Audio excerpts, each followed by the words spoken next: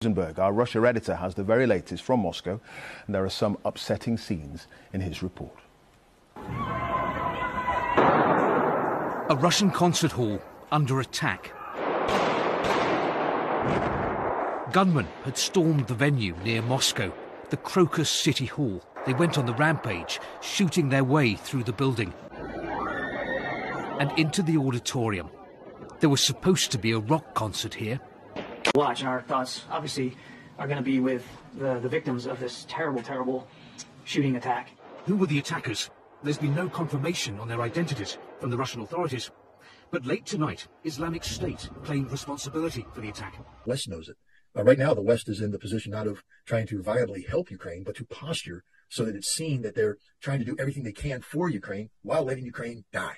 We're in a phase of this, the political phase of this conflict, where the United States and NATO and Europe are trying to shift blame for the failure of their Russian policy onto the shoulders of Ukraine. And this just, again, proves a point I've always made, that the West has never cared about Ukraine, ever, not once.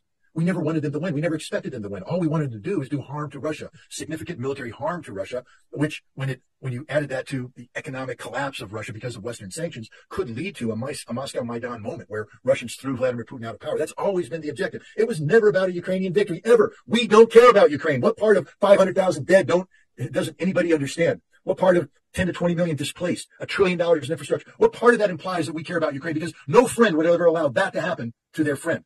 Ukraine is not our friend. Ukraine is a tool that we have been using to bring harm to Russia. That tool has been worn out. It's become ineffective, and it's now time for us to dispose of this tool. We are disposed.